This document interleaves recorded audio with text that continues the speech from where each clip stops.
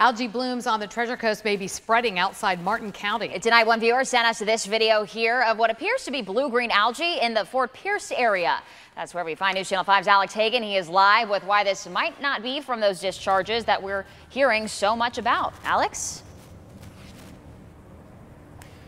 Well, Kelly, Ashley, we're about 20 miles north of where all that algae we've been talking about down in Martin County was spotted. But local scientists telling me that these algae blooms we're talking about here in St. Lucie County, Fort Pierce area were likely caused by local runoff. But the key takeaway here is there's no safe haven from it all.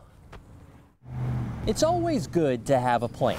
We love the bus. Here on the Treasure Coast, more relevant tool. Jordan Schwartz, owner of Ohana Surf Shop, bought the Ohana Bus. 13-year-old family business. So he could take customers out of town for paddleboard lessons when the water is not so great. 14 people at a time. So of course, with all the green muck popping up recently, harder and harder, he decided to take his crew up to Fort Pierce Tuesday. Find some clean water to go paddleboard. Well, let's just say the plan did not work out very well.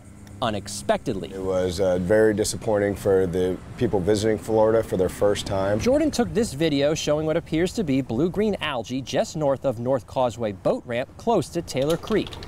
Jim Sullivan at FAU Harbor Branch says he'd be surprised if this algae came from Lake-O discharges.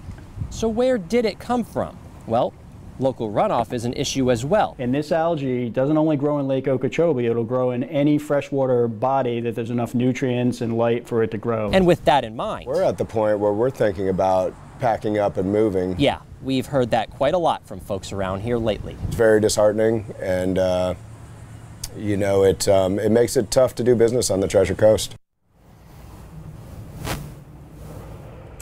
Now, Sullivan told me FAU Harbor Branch has started a project which focuses on what drives all of these algae blooms and how humans may be exposed to it.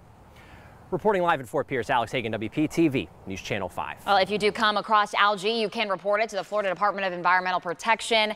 There's also a toll-free hotline, that number right there on your screen, or you can report the algae online.